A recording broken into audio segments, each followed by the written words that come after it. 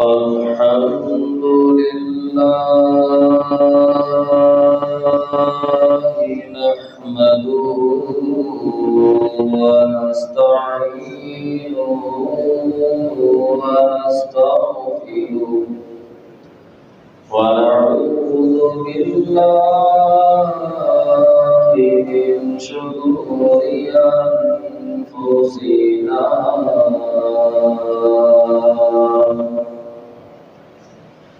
ومن سيئات أعمالنا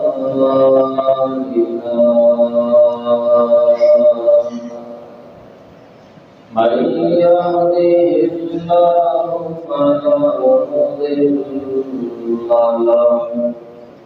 ومن يضلله فلا هادي له وأشهد أن لا إله إلا الله وحده لا شريك له وأشهد أن سيدنا ومولانا وهادينا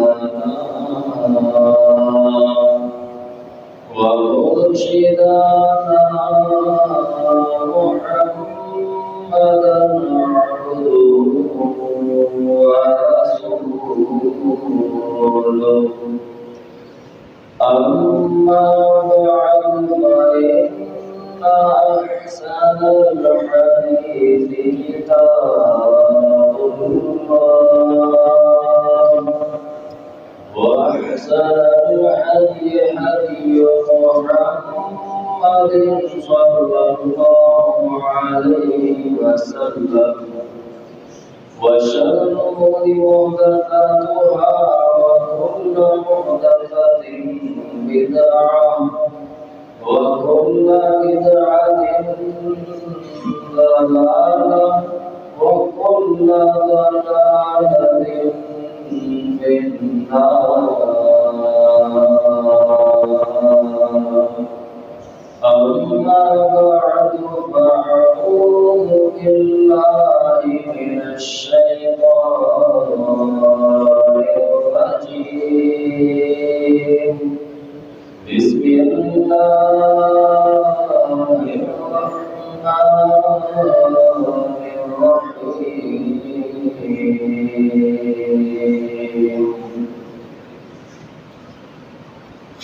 إن أجل الله إذا جاء لا يؤخر لو كنتم تعلمون.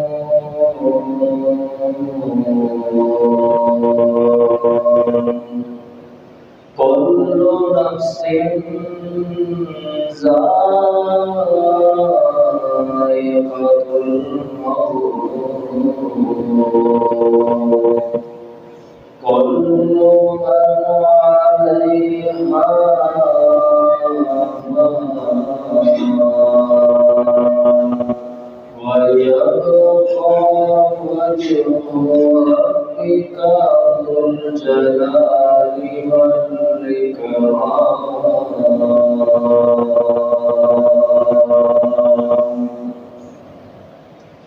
صدق الله مولانا